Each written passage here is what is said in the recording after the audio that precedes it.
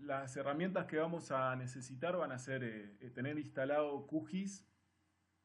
Nosotros en este caso vamos a usar la versión 2.18 y también vamos a necesitar tener Postgres, alguna versión de Postgres con pgadmin. Y bueno, a partir de eso vamos a trabajar. En este caso vamos a utilizar información de OpenStreetMap. Seba, ¿empezamos?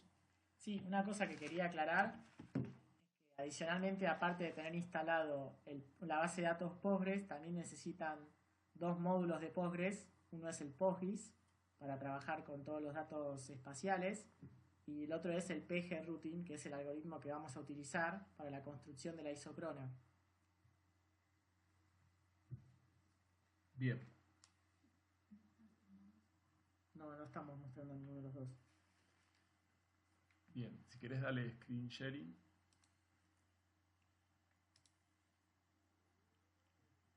No.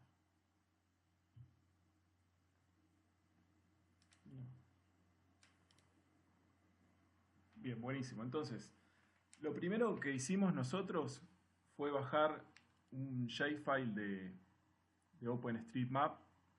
Esto lo pueden bajar desde la página OpenStreetMap, desde GeoFabric, o sea, hay múltiples opciones o pueden usar la información que tienen ustedes en sus casas.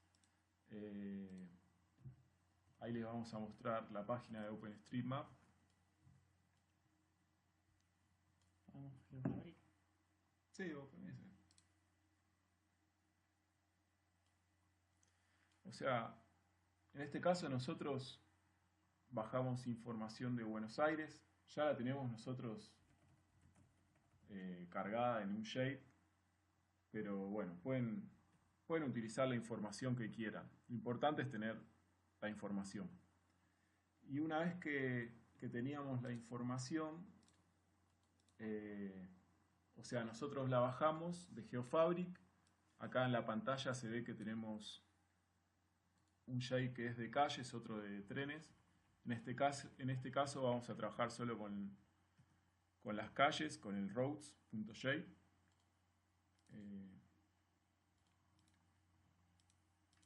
Ahí vamos a cargar la capa.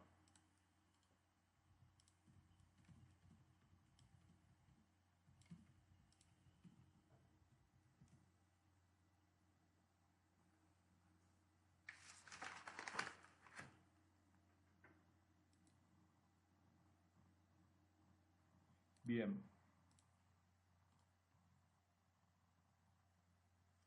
No sé si se está viendo la pantalla compartida.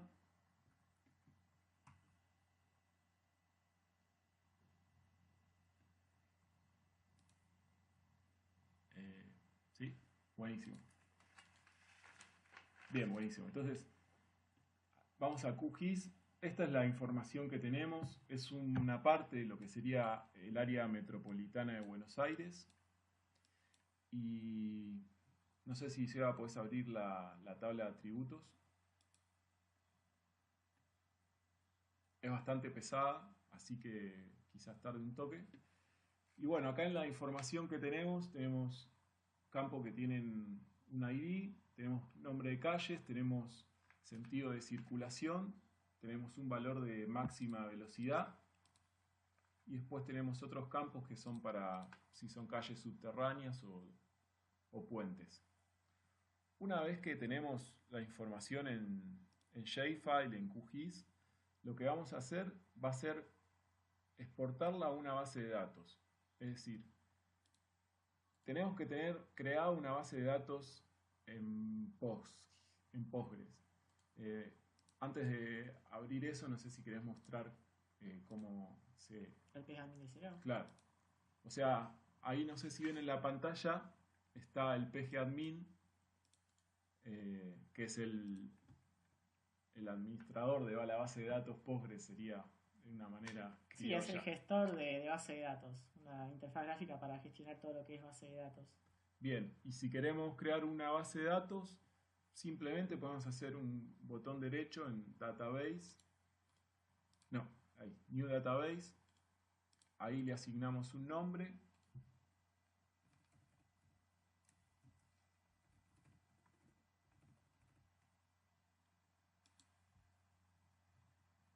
para aquellas personas que vienen más del campo de la geografía o las ciencias sociales y no están muy acostumbradas a usar base de datos, es una, es una gran experiencia porque todo empieza a ir mucho más rápido, así que hay que sacarle el miedo a eso y empezar a usarlo.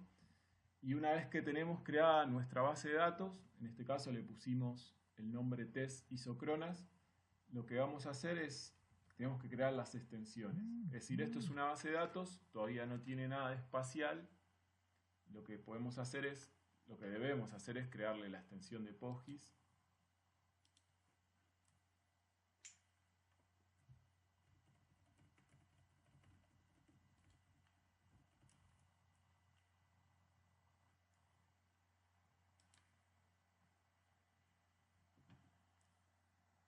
Bien, pusimos create extension PostGIS y ahí se crea la extensión. Y la otra extensión que vamos a necesitar es la extensión de pgrouting, que es la herramienta de ruteo. Esto es bastante simple, con esas dos oraciones, sentencias, ya tenemos las extensiones creadas. Entonces, tenemos por un lado la información, por otro lado tenemos la base de datos creada y tenemos las extensiones creadas. Ahora, ya una vez que tenemos eso, ya podemos empezar a importar la información. Si vamos a QGIS, para los que nunca cargaron una base de datos en QGIS, la forma de hacerlo es, podemos ir al panel de explorador, acá, y si vamos a donde dice PostGIS, si tocamos botón derecho en PostGIS, no, acá sí, acá, dice conexión nueva, y ahí en conexión nueva le asignamos un nombre a la conexión, eso es indistinto. Después en servidor vamos a poner localhost y en base de datos el nombre de la base de datos que creamos, y bueno, el nombre de usuario y contraseña, el nombre de usuario. O sea, particularmente yo cuando a todas mis bases de datos les pongo el nombre de usuario Postgres y la contraseña es 1234. Pero bueno, eso ya va, cada uno sabe el nombre que le pone, pero bueno, a partir de eso ya tenemos conectada la base de datos a QGIS si queremos cargar alguna información. Pero bien, ahora tenemos la capa esta routes, que es un shapefile que bajamos de OpenStreetMap. Lo que vamos a hacer ahora es importarlo o a una base de datos o exportarlo de QGIS a la base de datos. Para eso vamos a ir al administrador de base de datos de QGIS en la pestaña base de datos.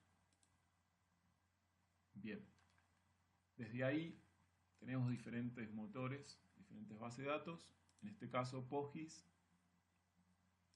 y ahí nos aparecen las bases de datos disponibles. Si nosotros no creábamos antes esa conexión que mostramos recién, no aparece ahí nada. Bien, ahí tira un error, pero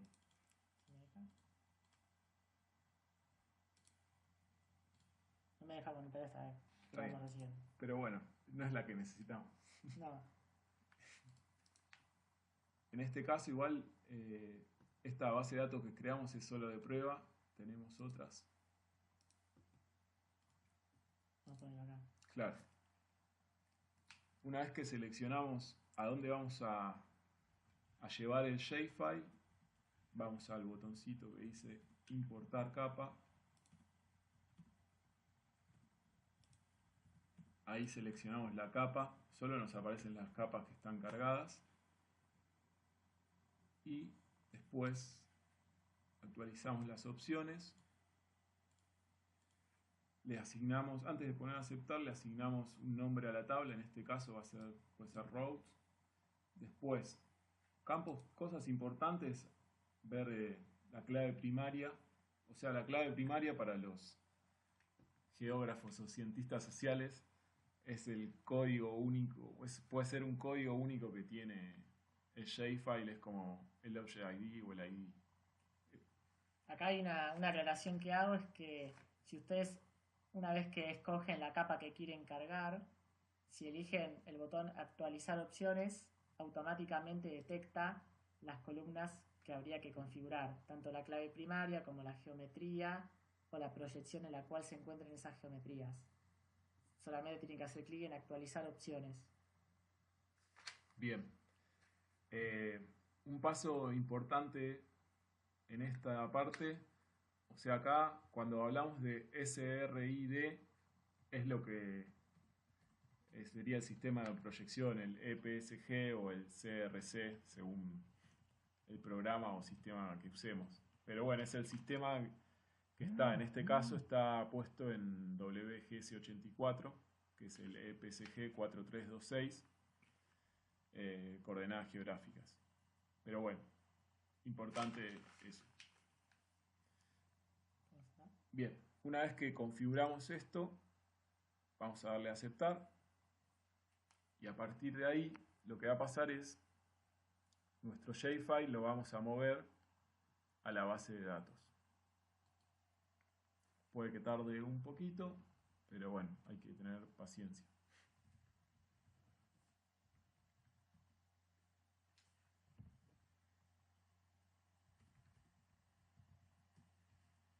Ok.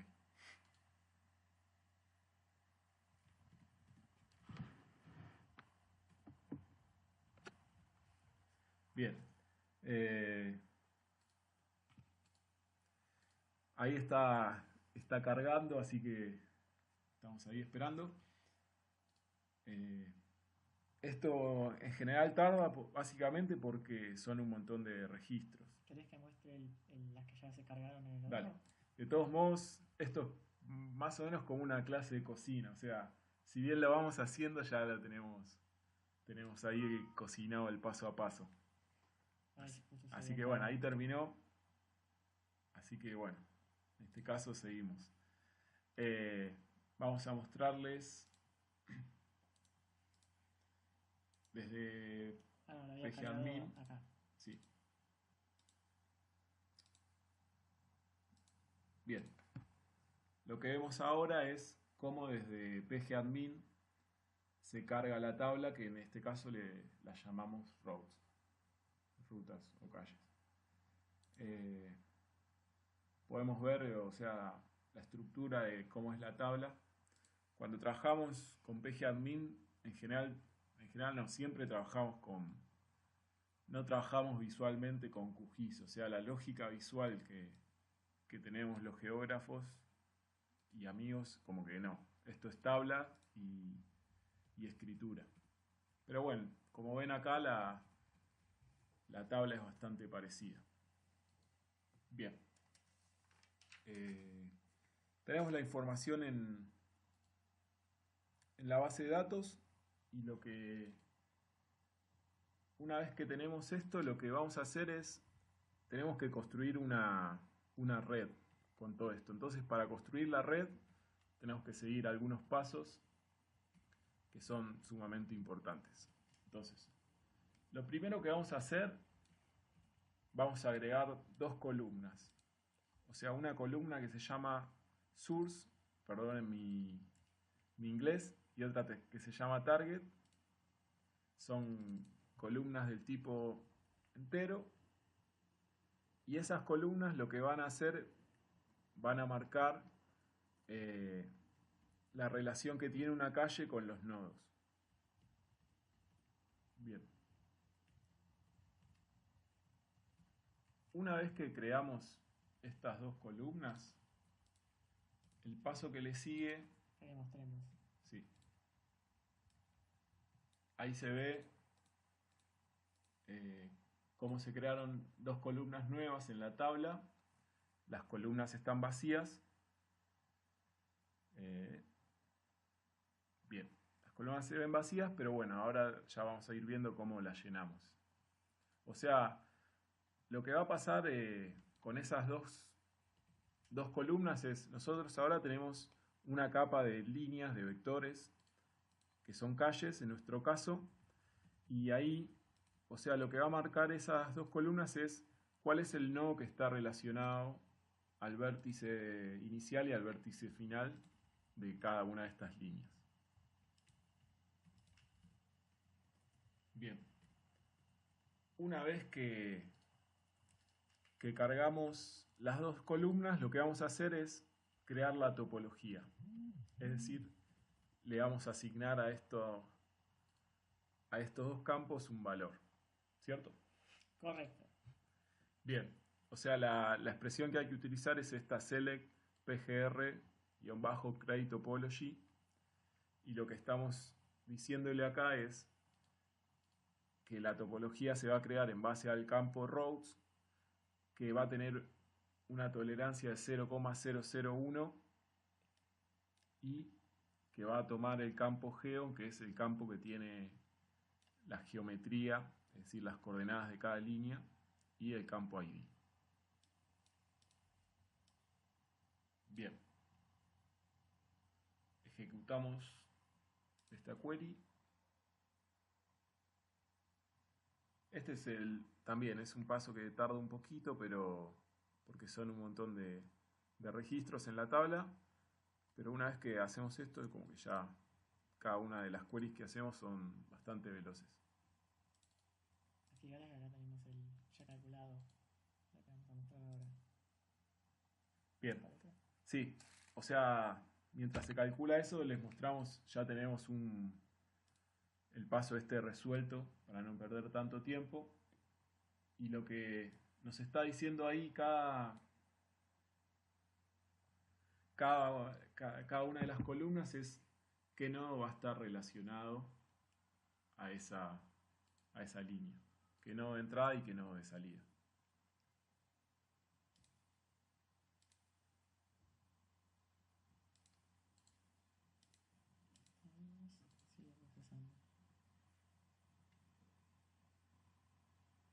Bien. Mientras procesa,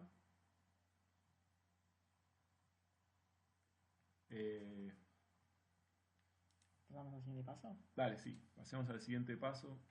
El siguiente paso que tenemos es crear una tabla de nodos.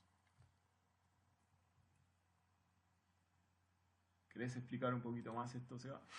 Sí. A ver, ¿se escucha bien?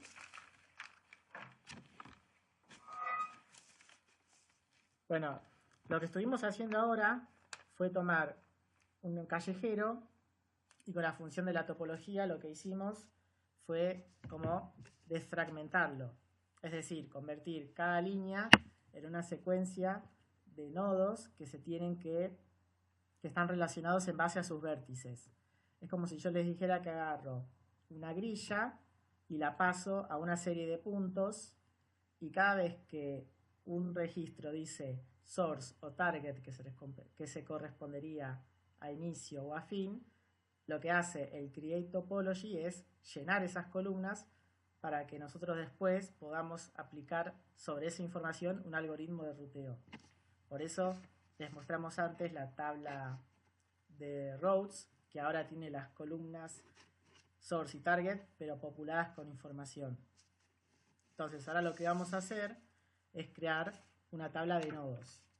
Esta tabla de nodos, lo que tenemos que hacer es crear una tabla auxiliar que nos va a servir en un paso posterior para el cálculo de la isocrona.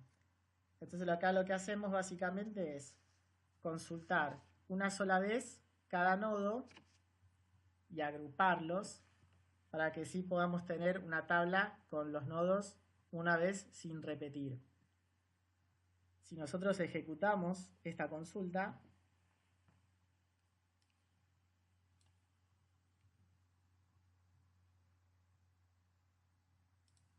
lo que vamos a generar es la siguiente tabla.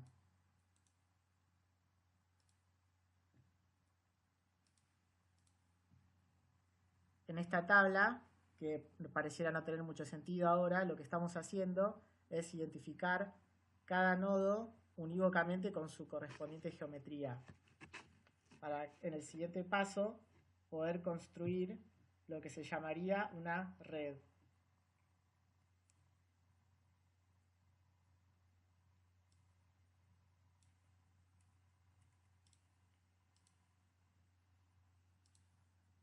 todavía se está ejecutando el algoritmo de la topología, por eso lo estoy mostrando en dos ventanas separadas.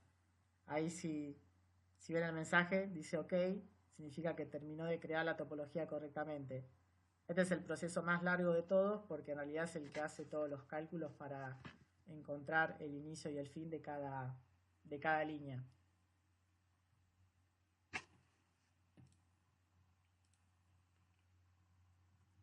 Bueno, ahora que tenemos creada la tabla de nodos, vamos a crear la red. Esta red lo que hace es unir los nodos que acabamos de generar con su respectiva geometría.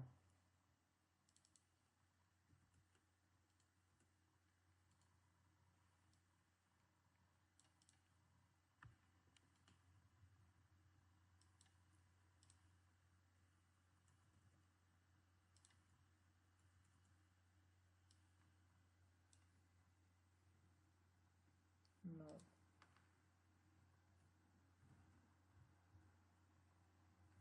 Acá estoy editando las consultas porque a fines de mostrar el ejercicio estoy cambiando el esquema en el que lo estoy haciendo.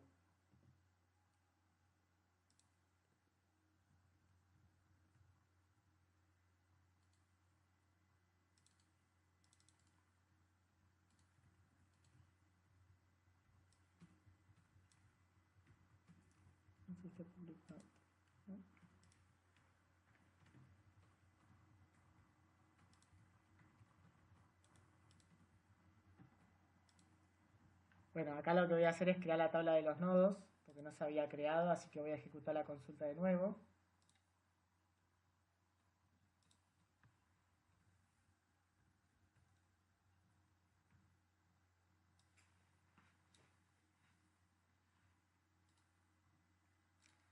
Bueno, ahí creamos correctamente lo que sería la tabla de los nodos. Y el siguiente paso es ejecutar la consulta de la red.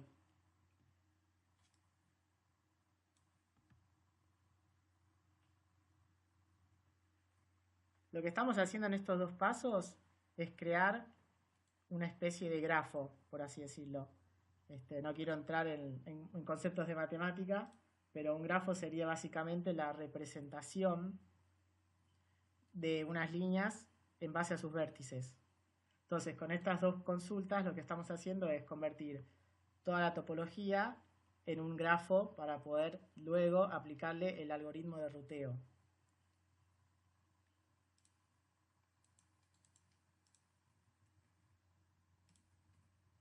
Como ven, acá tenemos todas las tablas ya creadas. Empezamos desde rows, generamos los vértices con el topology y ya creamos el nodo y la red.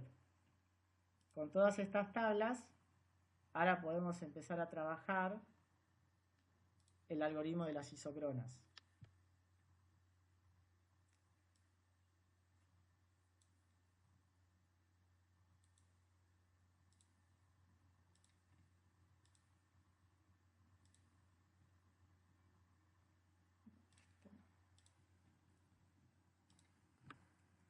Para empezar a trabajar con este algoritmo, lo que vamos a hacer ahora es relacionar la tabla de nodos con la de la red a través de esta vista.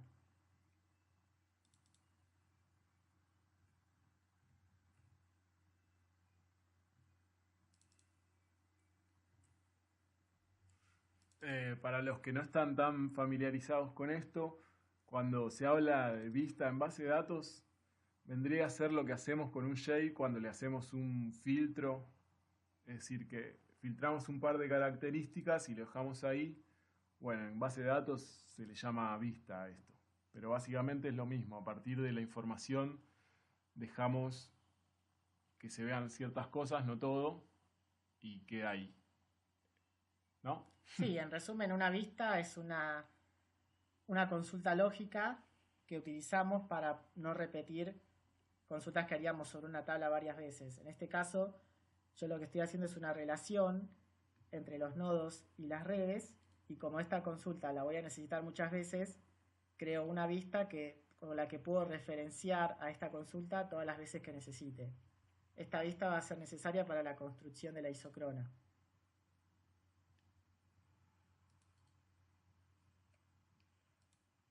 Bien, entonces, un poco el paso a paso de esto fue, lo primero que hicimos fue bajar información de OpenStreetMap. Lo segundo, creamos la base de datos, después le agregamos las extensiones y llevamos nuestro shapefile a la base de datos. Una vez que teníamos la base de datos con el shape, le creamos 2 columnas y a partir de ahí empezamos a hacer los pasos para crear una red. O sea, la información clave para los cálculos de ruteo es tener una red que esté bien constituida. Es decir, que cada uno de los elementos que tiene se sepa qué está conectado con qué o qué no está conectado con qué. En este caso, a través de calles, los nodos nos indican dónde hay conexión y si no hay nodo, no hay conexión entre las calles. Una vez que tenemos la red armada, con todos estos pasos que hicimos antes, después les vamos a pasar un texto con toda esta información escrita, para así no se vuelven locos y así pueden hacer el paso a paso ustedes. Pero bueno, una vez que tenemos la red armada, lo que vamos a empezar a hacer es pensar cómo queremos caracterizar las conexiones en esas redes. Es decir, en este caso nosotros tenemos calles y desde OpenStreetMap tenemos un valor que nos habla de la velocidad máxima que tiene una calle. La velocidad máxima que un auto puede circular en una calle. En este caso nosotros vamos a hacer un ejemplo de calcular isocronas para autos y vamos a utilizar esa información de velocidad que ya tenemos. Pero es importante este punto porque si nosotros queremos calcular una isocrona para peatones, la velocidad que tenemos que utilizar es otra, ya que un peatón en general se dice que camina 5 km por hora, mientras que un auto en una ciudad puede ir a 40, 30, 60 según la calle. Entonces, en este paso que hacemos ahora, nosotros vamos a dejar la información bastante como viene, pero este es el punto clave para que la isocrona nos dé el valor que esperamos que nos dé. Es decir, tenemos que considerar bien cuál es el largo de cada una de las calles y cuál es el tiempo que nos lleva a atravesar cada una de estas calles. Bien. Entonces, seguimos. Seba. Bien. Bueno, lo que vamos a hacer ahora es calcular el tiempo de viaje que nos llevaría circular por estas calles. Entonces, lo que acabamos de hacer fue añadir una columna nueva en la tabla Network llamada Travel Time, que es donde nosotros vamos a alojar el costo, por así decirlo, de transitar esta calle, cuadra, ruta o avenida. Entonces, lo primero que hice, lo voy a mostrar de vuelta, es añadir una columna. Vamos a cerrar. Añadimos una columna a la tabla Network llamada Travel Time del tipo doble precision. Este es un tipo de dato que permite alojar números con coma. Una vez que agregamos esta columna, vamos a hacer un cálculo para llenar esta columna. Acá tenemos 2 consultas que ya están preparadas para estimar el costo de transitar por estas calles. Las voy a pegar y ahora las explico. Lo primero que estamos utilizando la sentencia update, que es una sentencia SQL que nos permite hacer imputaciones masivas sobre los registros de una tabla. Lo que estamos haciendo ahora es actualizar todos los registros de la columna de la tabla y vamos a ponerle un valor a la columna Travel Time. Acá lo que estamos haciendo es una estimación. Voy a explicar la fórmula que le estoy asignando a la columna. Bueno, como les mostré, les voy a mostrar de vuelta. Acá nosotros tenemos calles con una columna que indica el valor de máxima velocidad o max speed en inglés. Muchas calles tienen el valor 0, lo cual a nosotros para el algoritmo no nos va a servir. Nosotros tenemos que de alguna forma darle un valor.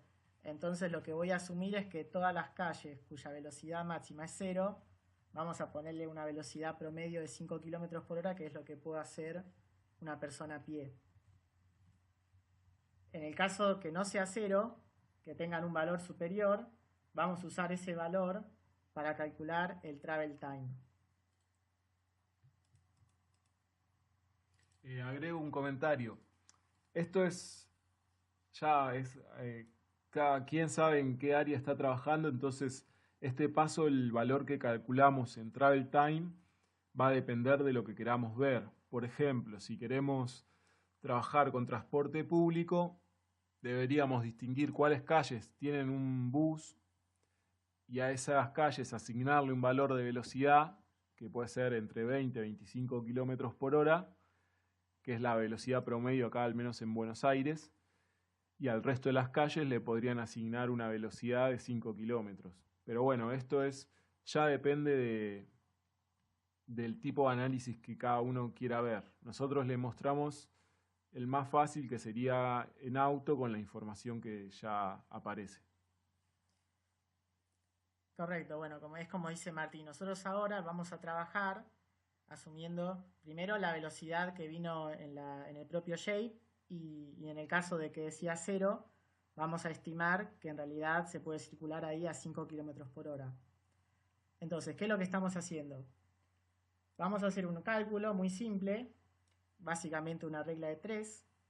Vamos a agarrar la longitud en metros de la calle que estamos calculando.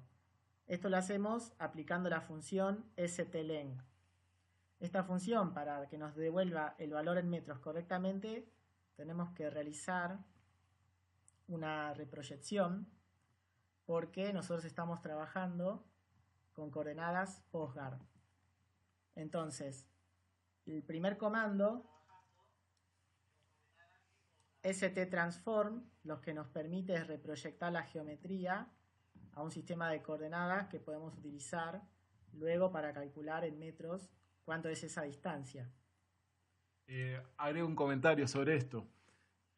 Otra forma que podríamos haber hecho esto es si nosotros en el primer paso en QGIS reproyectábamos la capa, es decir, la capa estaba en coordenadas geográficas, podríamos haber hecho esto desde QGIS de la manera que supongo que saben, pero bueno, guardando como y cambiándole el CRC. Entonces ahí ya lo teníamos en un sistema de coordenadas planas y también mismo desde QGIS podríamos haber calculado el largo de cada calle. Como no lo hicimos, para calcular acá la relación que hay entre el largo de la calle y la velocidad permitida, tenemos que hacer esta reproyección. Nosotros vamos a usar PostGar, que es lo que usamos acá en Argentina, pero bueno, cada uno debería hacer esta reproyección en base a donde esté ubicado. Es decir, si son, o sea, el sistema que usen en Perú, o en Chile, o en Brasil, etc. Bien, una vez que reproyectamos la geometría, la función strlen nos va a devolver en metros cuánto es la longitud de la misma. Y luego simplemente lo multiplicamos por 60 para pasarlo a horas y lo dividimos por 5000, que es la cantidad de metros que se recorren en 5 km por hora. Al final hay una cláusula where que lo que hace es me permite filtrar aquellos registros y solamente selecciono los que tienen matspeed igual a 0, porque esto no lo quiero hacer sobre todos los registros, sino solo los que cumplen esta condición. Entonces ejecutamos la primera parte y como me dice abajo en la columna, en la parte de resultados, 80.000 registros tenían matspeed igual a 0 y ahora se les asignó un travel time calculado en base a la longitud en metros 5 km por hora. Vamos a repetir el mismo cálculo, pero esta vez la condición es distinta. Vamos a aplicárselo a todos los registros que tengan una velocidad superior a 0. Y acá lo que vamos a hacer es modificar donde dice 5000, porque ahora no quiero fijarlo en 5 km por hora. Y lo que vamos a hacer es multiplicar la velocidad máxima por 1000. Por ejemplo, si yo quiero hacer un update sobre registros en los que voy a 60 km por hora, estamos hablando de 60.000 metros que recorro en una hora. Por eso tenemos acá la columna MaxSpeed.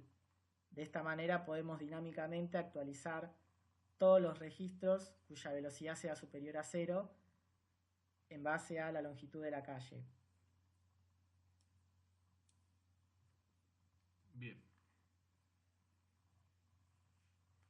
Entonces, estos pasos van a depender, digamos, en base a lo que calculemos acá, va a variar la forma que tome la isocrona. Es decir, este paso también es muy importante y seguramente ustedes en sus estudios, en sus trabajos, apliquen las reglas que necesiten. Quizás no utilicen la velocidad máxima o utilicen otros parámetros. Pero bueno, digamos, este paso es el que después nos determina la forma, la morfología que tiene la isocrona. Bueno, una vez realizados estos cálculos, podemos volver a mirar la tabla Network y al final la columna Travel Time va a tener un valor con coma que indica el costo de circular por este registro. Por ejemplo, acá podemos ver que la avenida General Paz, para moverse del nodo 1 al nodo 3128, tiene un costo de 0,5. Esto, como nosotros lo expresamos en kilómetros por hora, lo que nos estaría diciendo en realidad es que nos lleva media hora atravesar estos dos nodos. Utilizamos por eso la columna con punto flotante, porque como verán hay muchos números después de la coma y estos números afectan mucho a la precisión y en el cálculo del algoritmo también es necesario. Si quisiéramos expresarlo en minutos, deberíamos multiplicarlo por 60, calculo. Claro, exactamente, tenemos que multiplicarlo por 60, entonces sabríamos cuántos minutos nos estaría llevando recorrerlo. Por ejemplo, en el caso de 0,5 nos estaría llevando 30 minutos circular por esa avenida. Bien. Bueno, después de este paso ya tenemos todas las tablas completamente trabajadas para poder aplicar el algoritmo de ruteo. O sea, todo lo que hicimos hasta ahora fue tratamiento de información. Entonces, ahora que tenemos toda la información bien cocinadita, podemos aplicar el algoritmo de ruteo que querramos para la construcción de la isocrona.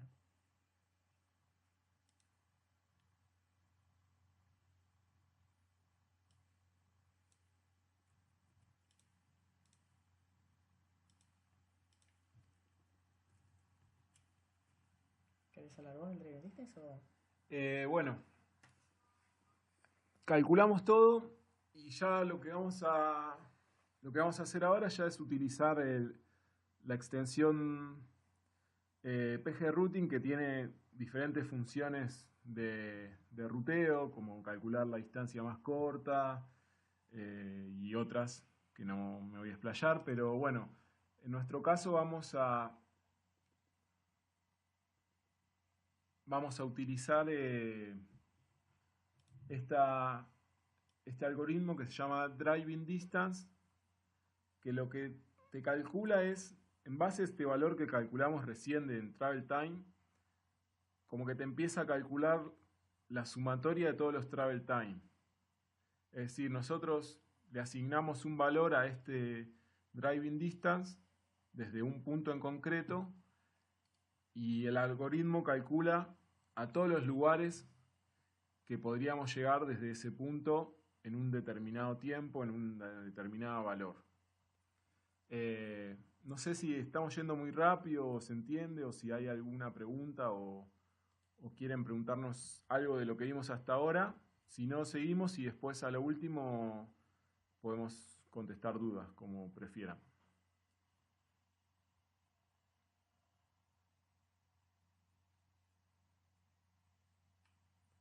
Bien. Driving distance. Entonces, lo que vamos a calcular ahora es, vamos a seleccionar un punto en el mapa. Esto es a gusto. O sea, nosotros vamos a seleccionar uno de los...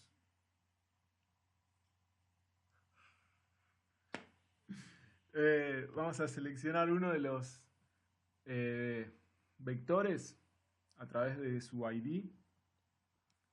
Y a partir de eso, lo que vamos a hacer es asignarle una distancia que queremos superar.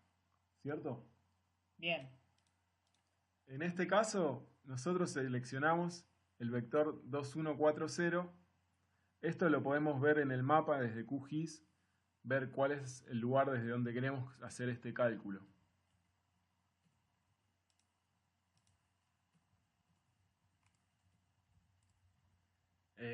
Bien.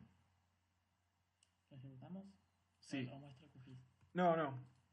Mostrá, si querés, el QGIS. No sé si tenés cargada ahí Network. ¿Es Sí. esa Network o es otra? Es la network de otra de esquema, pero Ok. lo mismo. O sea, desde la capa Network deberíamos seleccionar una línea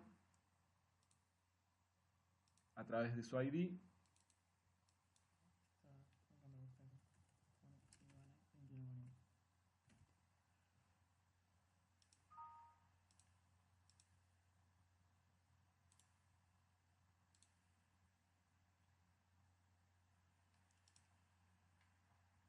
Bien, en ese caso esa es la línea seleccionada y a partir de ahí le vamos a asignar un valor que es el que queremos superar, en este caso es de 5, ¿cierto? Sí. Bien, no sé si querés decir algo más de lo que es la expresión esa. Sí, vamos a repasar qué es lo que hace driving distance.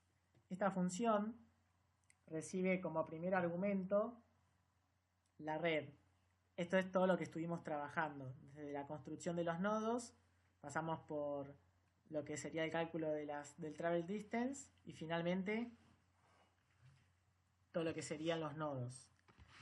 Este es el primer parámetro. El segundo parámetro que va a recibir es el nodo inicial. Nosotros escogimos un nodo céntrico de la ciudad de Buenos Aires para que se pueda apreciar bien la isocrona. Y el tercer parámetro es la distancia hasta donde queremos llegar. Nosotros ahora vamos a crear una isocrona de 5 kilómetros. Les quiero mostrar, si quieren leer un poquito más, acá tenemos la documentación oficial de POGIS, donde se explica los parámetros del algoritmo Driving Distance. Nosotros estamos utilizando el primer ejemplo. El primer parámetro es la red, el segundo es el nodo inicial y el tercero es la distancia.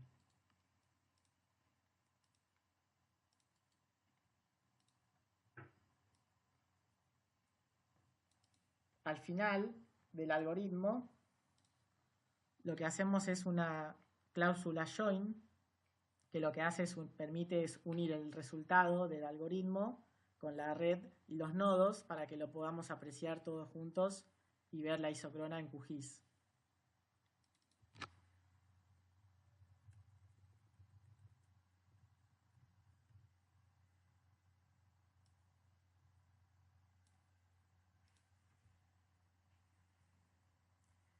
Bueno, acá creamos la vista Y esta vista de isócronas, ahora ya la podemos visualizar en el QGIS.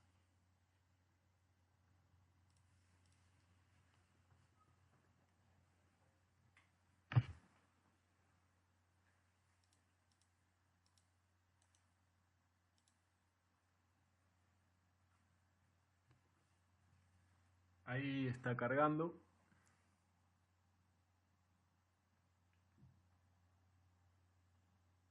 Yo no la veo, ¿sí? Sí. Bien. Entonces, lo que vamos a ver ahora es todos los puntos que están conectados con un valor máximo de 5. Es decir, desde un punto de inicio, que era el 2140 creo, hasta un valor máximo de 5.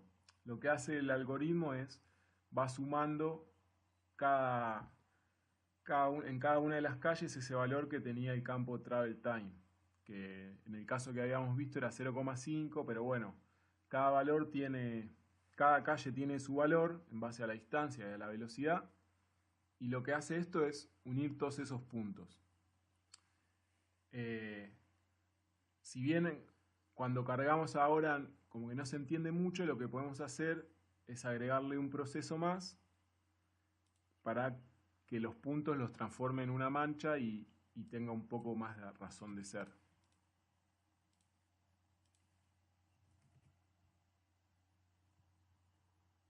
Para eso vamos a usar una herramienta que se llama Concave Hull, que también es una herramienta que podemos ver desde QGIS, pero la vamos a calcular desde acá, desde PostGIS, porque funciona más rápido.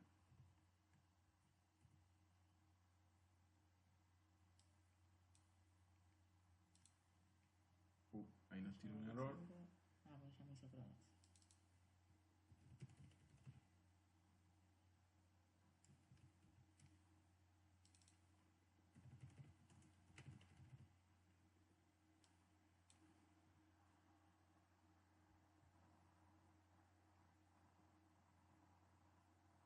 Bien, entonces ejecutamos este proceso que es Concave Hull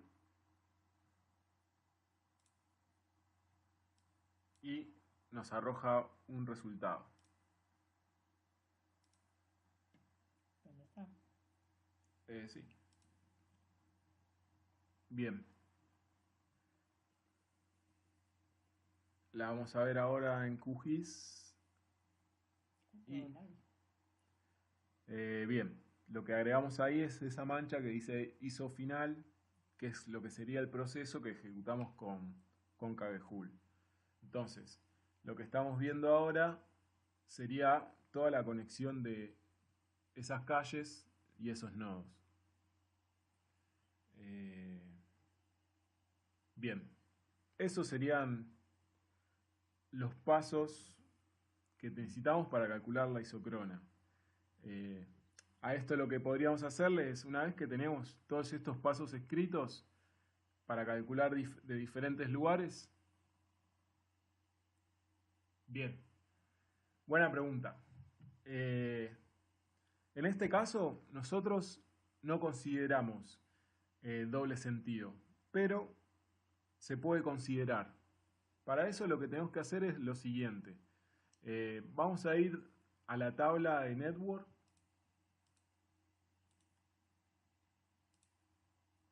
Bien.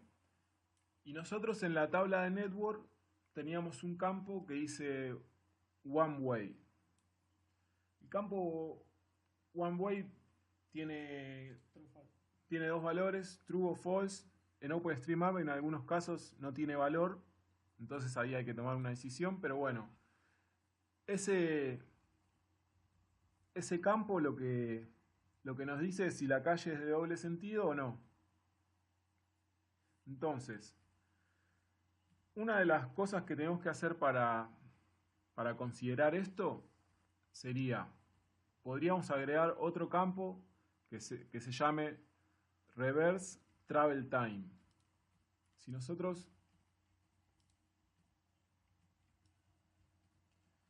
nosotros agregamos otro campo que se llama Reverse Travel Time,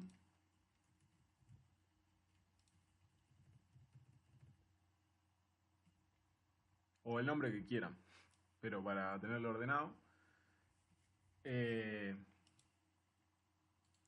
Una vez que calculamos eso, vamos a volver a ver la tabla.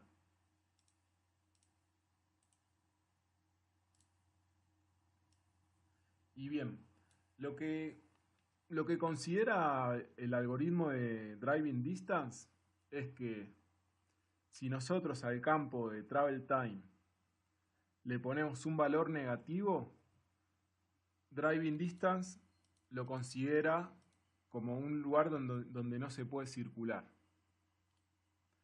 Es decir, cuando Travel Time tiene un valor negativo, el algoritmo lo desestima. Es decir, es un lugar que está prohibido ir. Entonces, lo que deberíamos hacer en este caso es cargar esta columna nueva que creamos, Reverse Travel Time, considerando el campo que dice si es doble sentido o no.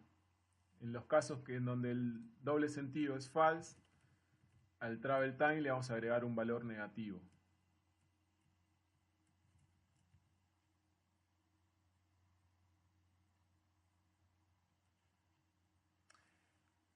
Ojo, en las calles donde las consideramos peatonales, al ser peatón todas las calles van a ser doble sentido. Es decir, deberíamos hacerlo en las calles de circulación de autos. En las calles donde dice max speed 0, el travel time va a ser igual al reverse travel time.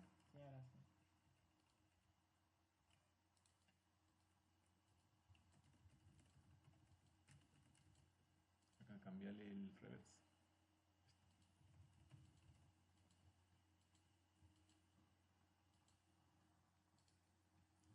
Bien, entonces de esa forma estaríamos diferenciando calles doble sentido a calles sentido único.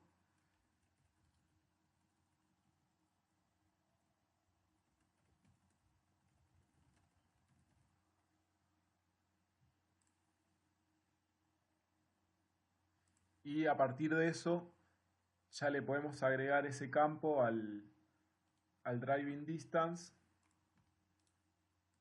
para que considere las calles con los dos sentidos de circulación.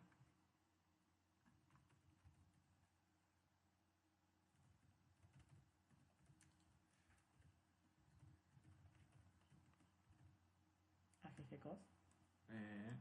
As reverse cost. Bien. Ahí. Bien. Este es el tiempo.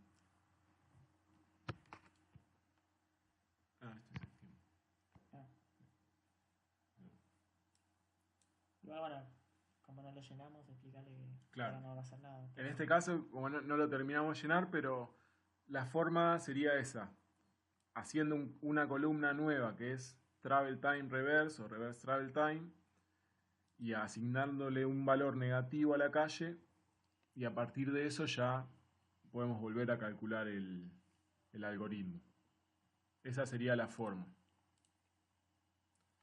Si estamos trabajando con transporte, siempre lo que tenemos que considerar es el modo. Si estamos trabajando con peatones, con autos, camiones, bus, tren, o sea, todos esos modos cambian la velocidad, cambian los sentidos de circulación y va a cambiar la morfología de la mancha que creamos.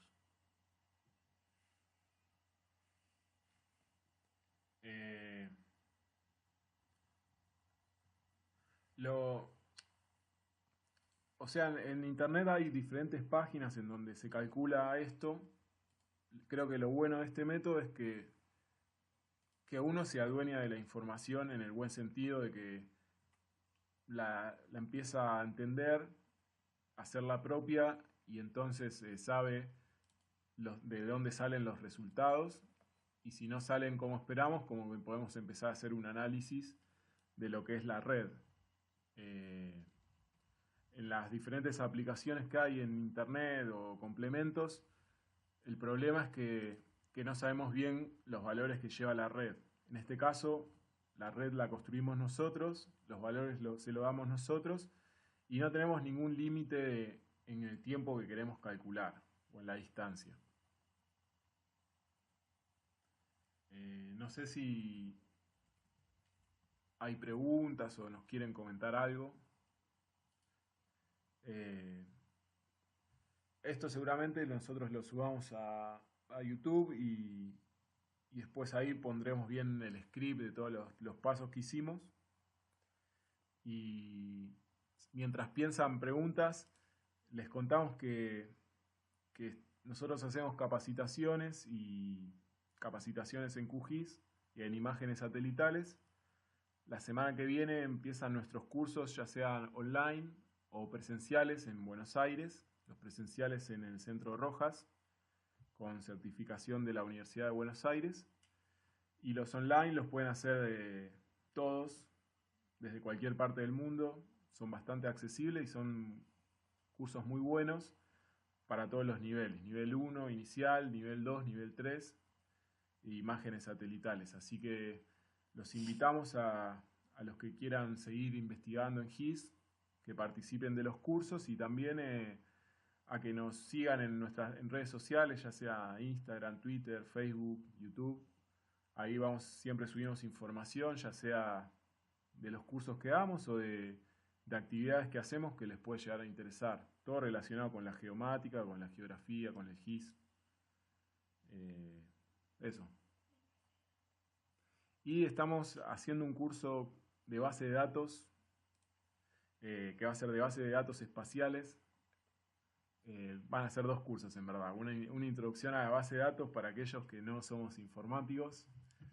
Y después ya nos metemos en todo lo que es los módulos espaciales.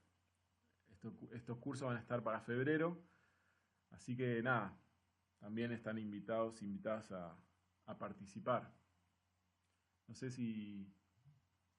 ¿Qué variables adicionales pueden agregar para modelar la red? Bien. ¿Qué variables adicionales?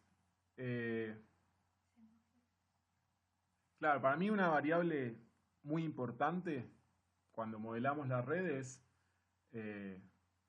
no solo pensar la velocidad máxima que puede circular un auto, sino la hora en la que circula.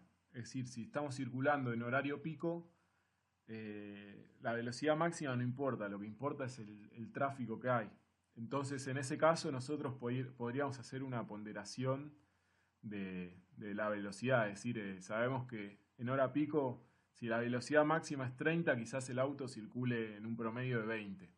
Eso puede ser una ponderación distinta, pensar la hora. Después otra ponderación importante son aquellos puntos de la ciudad en donde sabemos que siempre hay tránsito. Por ejemplo, en cruces de ferrocarril y en algunos sitios puntuales en donde sabemos que siempre va a haber tránsito.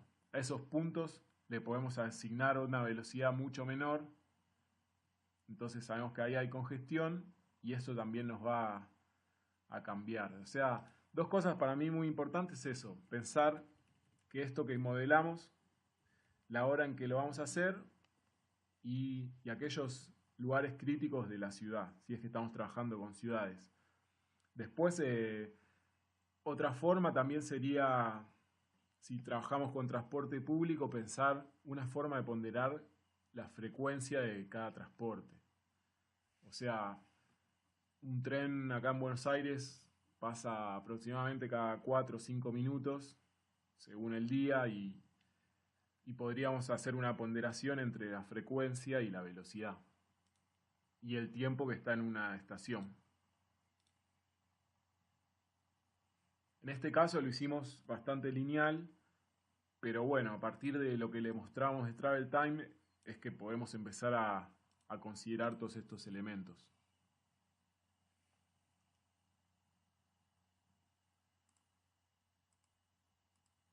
Bien.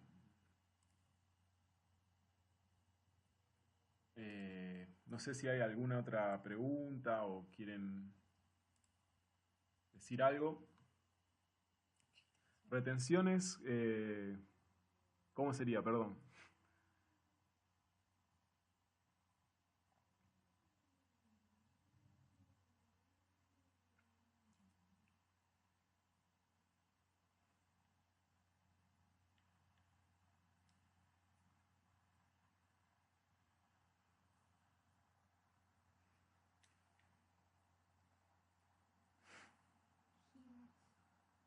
más arriba.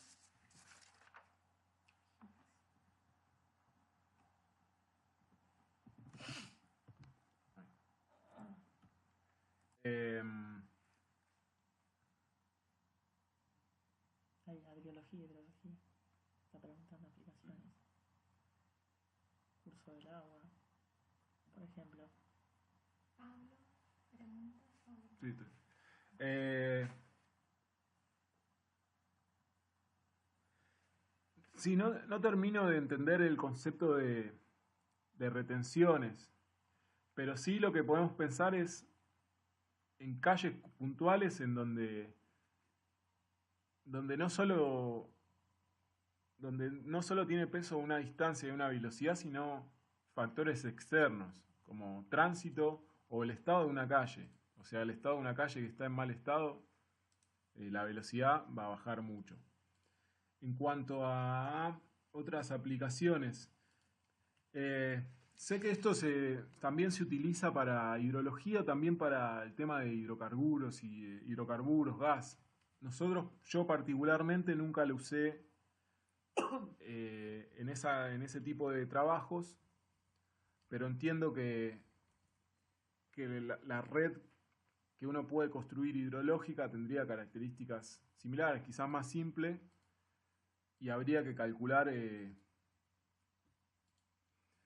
flujo, digamos, de qué es lo que circula en esa red.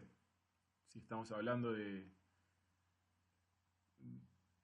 hidrocarburos o de otros elementos, ya la velocidad no importa, sino importa la velocidad, pero no tiene nada que ver con la velocidad de una calle. Pero lo importante es entender el concepto de red, de ya sean calles, líneas, caños, gasoductos, oleoductos que están conectados a través de nodos y tienen características.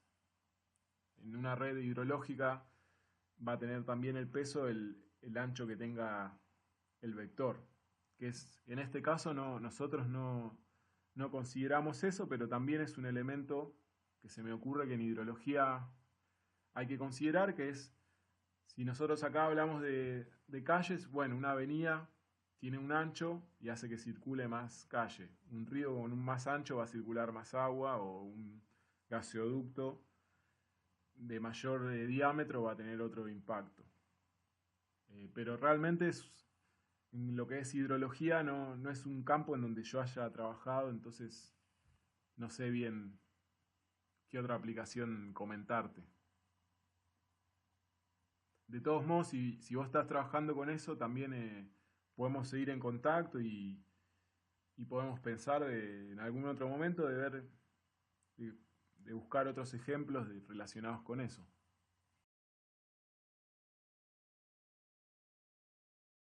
Pueden escribir por mail, no hay drama, y vamos viendo. Vamos viendo cuáles son las consultas que surgen. A nosotros también nos sirve mucho que nos escriban para pensar otras soluciones, para pensar otros problemas. ¿Querés que abra el sitio? Dale, sí. Acá R. Sánchez nos pregunta cómo harían si no quisiera ir por una determinada vía.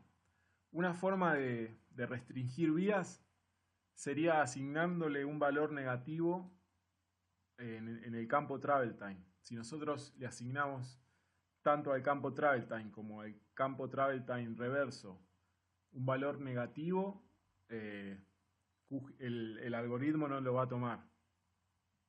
Esa es una forma, que creo que sería la mejor para no tener que eliminar un elemento de la red. Sí, es parecido al network, digamos, el PG-Routing es muy parecido al network de ArcGIS, pero bueno, este tiene la ventaja de que no necesitas pagarle la licencia que tiene ArcGIS. Pero sí, vendría a ser, hay un paralelismo en lo que sería el Network Analysis de ARMAP. Bueno, gracias Evangelina. Sí, vamos a ver para la próxima tratar de solucionar los problemas de sonido. Esperemos que en YouTube se pueda escuchar mejor. Sabemos siempre que hacemos estos webinarios que a veces hay problemas con el video y con el audio. Y bueno, esperamos poder mejorarlo. Bueno, si no hay, si no hay más preguntas, les mandamos un abrazo y seguimos en contacto a través de las redes sociales y nos escriben cualquier cosa por mail o por redes.